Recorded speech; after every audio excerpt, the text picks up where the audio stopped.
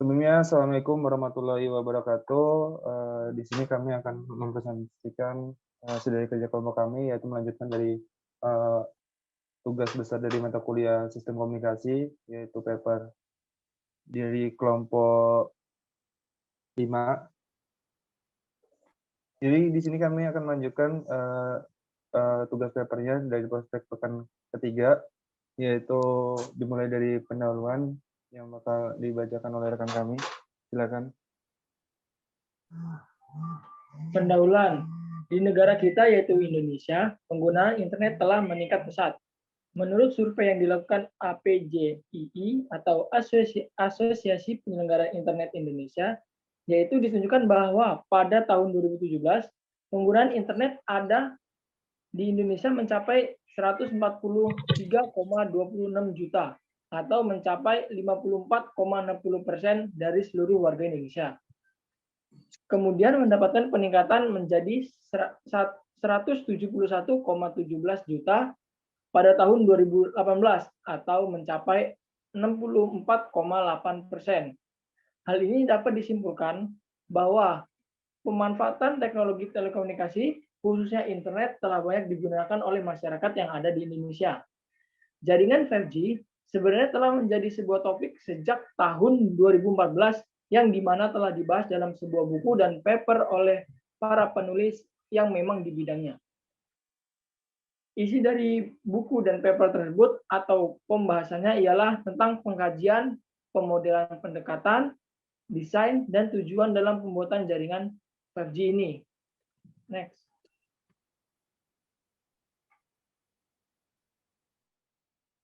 Terciptanya jaringan 5G ini diakibatkan karena adanya jaringan-jaringan terdahulu yaitu 2G, 3G, dan 4G. Sehingga saat ini jaringan 5G sudah banyak dikenal masyarakat luas, baik dari umur belasan tahun hingga lansia. Selain itu, terdapat beberapa negara yang sudah mengkaji penggunaan jaringan 5G ini, bahkan sudah memakai jaringan 5G ini di negaranya. Terdapat beberapa vendor telekomunikasi beserta akademisinya untuk melakukan sebuah proyek jaringan 5G ini. Salah satu contoh proyeknya yaitu Metis 5G No. Next. Ya, baik. Selanjutnya pekan keempat. Bisa masuk ke materinya, Mas. Nah, di sini terdapat sistem model, di mana di sini terdapat 5 generasi. Yang pertama 1G, di mana 1G ini dengan kecepatan 2,4 kbps, di mana dengan koneksi 1G ini kita bisa melakukan komunikasi suara, ponsel nirkabel, dan juga panggilan video. Kemudian ada generasi kedua yaitu 2G, di mana 2G ini memiliki kapasitas 64 kbps dan bisa digunakan sebagai komunikasi suara, kemudian panggilan pesan, kemudian panggilan video. Kemudian yang generasi ketiga terdapat 3G, di mana 3G ini memiliki kecepatan 2 Mbps dan dapat digunakan sebagai komunikasi suara, kemudian juga wireless mobile ataupun smartphone, kemudian bisa digunakan sebagai video call. Nah, 3G ini mulai berkembang dari tahun 2001, kemudian setelah itu berkembang lagi menjadi 4G, di mana 4G ini memiliki kecepatan yang cukup tinggi, di mana memiliki kecepatan 100 Mbps dan bisa digunakan sebagai komunikasi suara dan juga memiliki kecepatan yang sangat tinggi. Nah, selanjutnya generasi yang terbaru yaitu 5G, di mana 5G memiliki kecepatan yang sangat cepat yaitu 10 Gbps, memiliki kecepatan pengiriman data yang sangat cepat dan juga latensi yang sangat rendah. Selanjutnya, next. Nah, di sini terdapat penjelasan dari sistem model, di mana sistem model adalah perkembangan teknologi pada bidang telekomunikasi telah mendapatkan respon yang cukup beragam dari masyarakat Indonesia karena jangkauan BTS berbeda-beda setiap wilayahnya, dari layanan 1G, 2G, 3G, dan juga 5G. Terlebih diluncurkannya evolusi teknologi jaringan nirkabel yang terbaru dengan kecepatan tinggi yaitu generasi kelima 5G hingga 10 Gbps menurut Wijaya pada tahun 2021. di Indonesia sendiri kemunculan 5G dicanangkan akan secara resmi dimulai pada tahun 2020. Kemudian riset-riset pendahuluan untuk menentukan 5G new ratio juga telah dilakukan di beberapa lokasi di Indonesia. Kemudian beberapa riset belakangan ini membahas keuntungan dan kelemahan juga dari 5G di berbagai negara. Next. Nah, di sini terdapat keuntungan teknologi 5G, salah satunya dapat mengurangi kemacetan jaringan dan juga meningkatkan pengalaman pengguna. Kemudian optimalisasi untuk teknologi IoT atau Internet of Things dan juga pemanfaatan untuk smart grid. Selain itu juga jaringan seluler 5G ini hampir dipastikan akan beroperasi dalam bandwidth yang sangat tinggi menggunakan spektrum frekuensi gelombang milimeter yang kurang dimanfaatkan, kemudian berpotensi tarif transmisi nirkabel berkapasitas tinggi dari data-data multi gigabit per detik atau Gbps yang lebih murah. Selanjutnya, next. Di sini juga masih terdapat kelebihan dari teknologi 5G di Indonesia. Yang pertama, jaringan nirkabel 5H mendapatkan layanan internet di beberapa kota besar di Indonesia, diantaranya yang pertama Jakarta, Surabaya, Makassar, Bandung, Denpasar, Balikpapan, Solo, Medan, dan juga Batam. Jaringan 5G memiliki kecepatan jaringan yang lebih baik dibandingkan dengan generasi sebelumnya. Kemudian jaringan 5G ini memakai teknologi dengan berkecepatan yang mampu menyentuh angka 100 GHz, artinya jaringan 5G ini memberikan kecepatan transmisi sampai dengan 10 Gbps per detiknya. Next. Nah, di sini terdapat kekurangan dari teknologi 5G di Indonesia. Teknologi 5G juga mempunyai beberapa kekurangan seperti daya tembus yang masih sangat minim, kemudian tidak seperti teknologi sebelumnya yang mampu menembus penghalang seperti tembok dan juga beton yang cukup baik. Nah, teknologi 5G ini dirasa kurang optimal untuk menembus penghalang. Bandwidth yang digunakan juga di teknologi 5G meningkat, karena itu wilayah yang bisa dijangkau pun berkurang. Perangkat yang menggunakan teknologi 5G jangkauannya tidak bisa seluas 4G, tentu akan berpengaruh pada area yang bisa dijangkau oleh menara 5G nantinya. Gelombang milimeter yang digunakan pada teknologi 5G memiliki tenaga tembus yang rendah, sehingga tidak bisa melewati gedung, pohon, dan juga dinding, dan penghalang lainnya tanpa gangguan sama sekali. Baik, selanjutnya bisa dijelaskan oleh rekan saya. Yuk, langsung ke materinya aja. Pada hasil dan pembahasan, kita di sini mengambil data potensi dan pendorong implementasi 5G di Jawa Barat.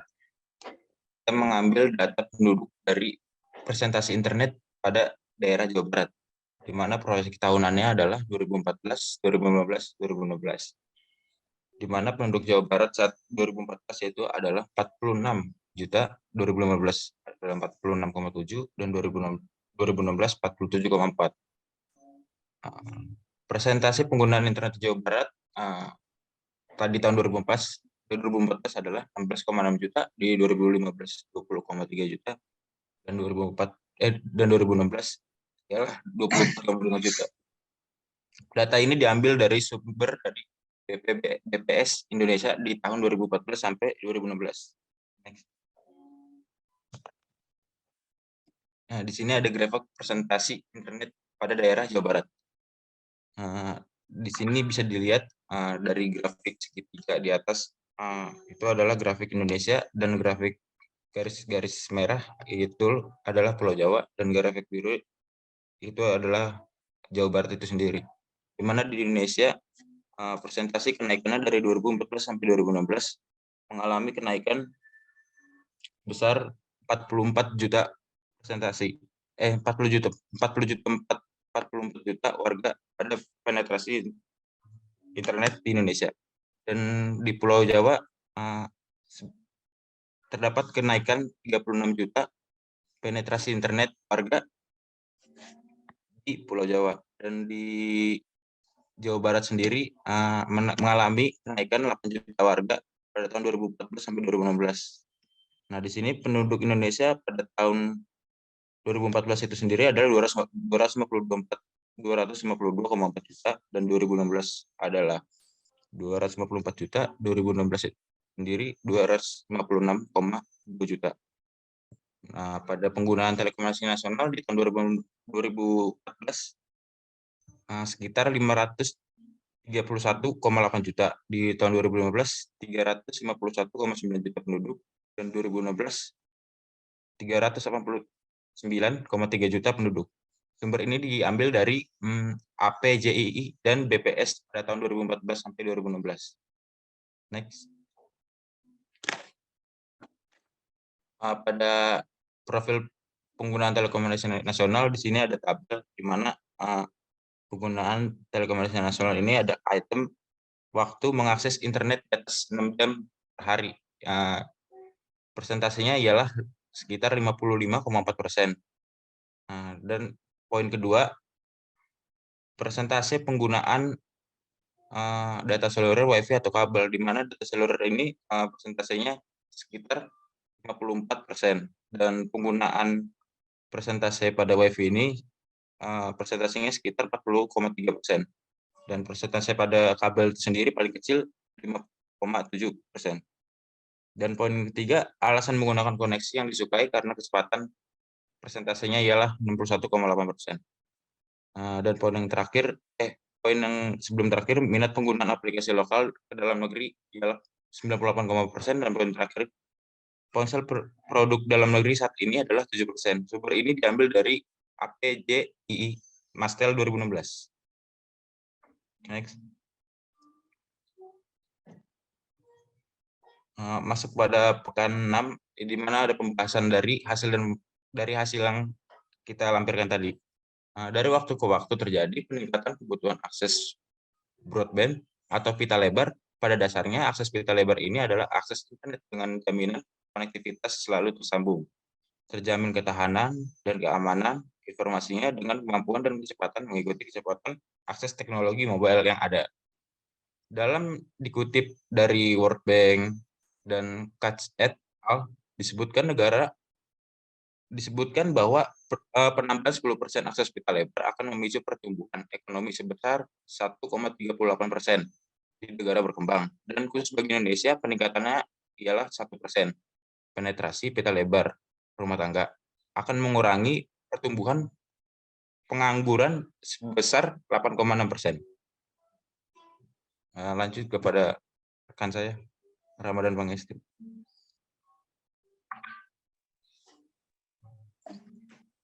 Pada lampiran tahun lalu, Indonesia telah resmi memasuki era 5G. Sejumlah operator juga diketahui menyelenggarakan jaringan tersebut di beberapa kota. Namun, memang jumlahnya belum terlalu banyak hingga akhir tahun lalu. Baru beberapa kota yang diketahui yang telah mengakses jaringan 5G ini, yaitu pada jaringan Telkomsel, Surabaya, Makassar, Bali, Medan, dan kota besar lainnya. Dan pada jaringan Ooredoo, yaitu Jakarta, Solo, Makassar, dan Surabaya. Jaringan XL, Medan, Depok, Banjarmasin, Makassar, Surabaya, Yogyakarta, Bandung, dan Jakarta. Next. Kesimpulan. Dibutuhkan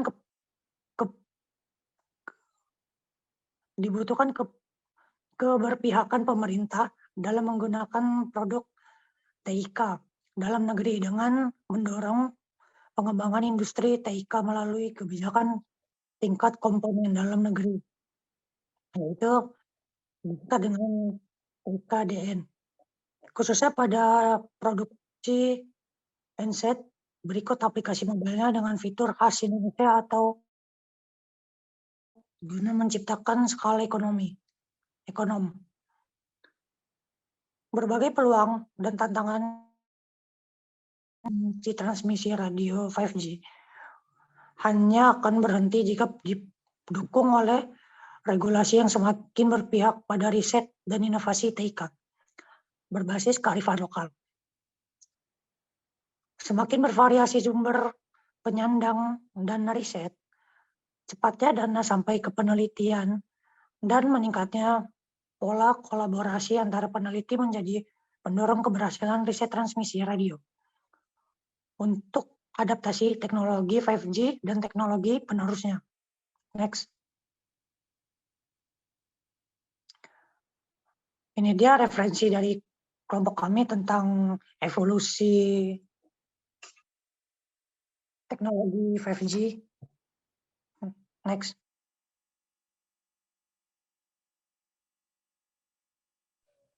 Baik, itulah presentasi dari kelompok kami. Kurang lebihnya kita mohon maaf. Kita akhiri, wassalamualaikum warahmatullahi wabarakatuh. Waalaikumsalam warahmatullahi wabarakatuh.